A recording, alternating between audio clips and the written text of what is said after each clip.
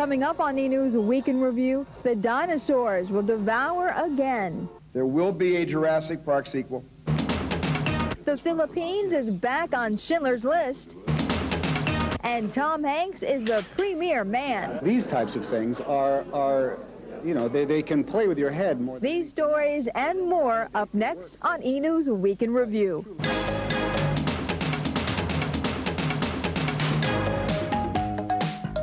Hello, everybody. I'm Bianca Farrar. This is E! News Week in Review.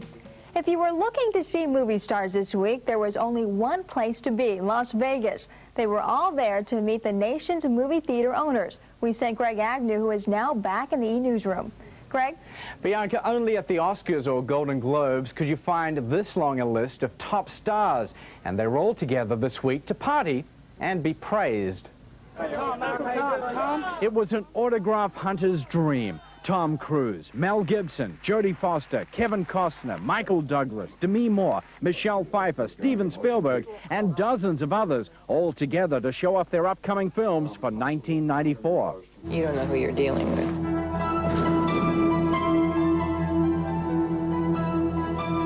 In Star Trek VII, which will be at your theaters towards the end of the year, the two captains meet, and then something terrible happens. While displaying their wares, the stars couldn't resist having some fun. Was E.T. a symbol? Was it some phallic? But God bless you all for making sure that your theaters are stocked with the latest in rock'em sock'em motion picture equipment so that we can convince all of America to come to the movies to laugh, to cry, and of course, to kiss their $7 goodbye.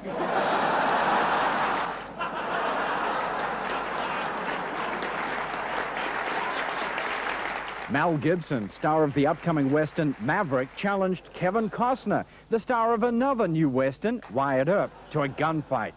Want a showdown? I'm calling you out. I'm calling you out. I'm talking to you. But the humor wasn't mixed with honors. Robin Williams and Michelle Pfeiffer were named Stars of the Year by movie theater owners. Kirk Douglas received a Lifetime Achievement Award. I thank you for this Lifetime Achievement Award, but I want you to know that 6 months ago, my son Michael got a Lifetime Achievement Award. To no one's surprise, Steven Spielberg was named Best Director, and Harrison Ford was honored with the amazing title of Box Office Star of the Century. I figured out why you're giving me this award 6 years early. You wait any longer, you have to give it to Macaulay Culkin. Stranger things have happened. Steven Spielberg took advantage of the occasion to make two big announcements. First, Schindler's List will soon be available free to students. And secondly, he's already working on Jurassic Park 2, a sequel to the highest-grossing film in history. We're working on it right now, and it'll be a long time coming because the first movie took 2.5 years. And this one certainly will take probably the same amount of time. After experimental screenings of Schindler's List for California school students, Spielberg announced he will bring the Holocaust movie's powerful message to youngsters all across the country. This is something that I have to thank Universal Studios for being willing to give up the money, the revenues, to Tom and Sid to allow this film to be seen by the makers of the next generation. The free screenings for students will start April 11th. Spielberg estimates 16,000 students a week will see it. Now, Schindler's List, of course, is the favorite at this month's Oscar Awards. The film has 12 nominations, including Best Picture and Best Director. E's live Oscar coverage begins March 21st with The Arrivals. That's 7 p.m. Eastern and 4 p.m. Pacific. Bianca? Thanks, Greg.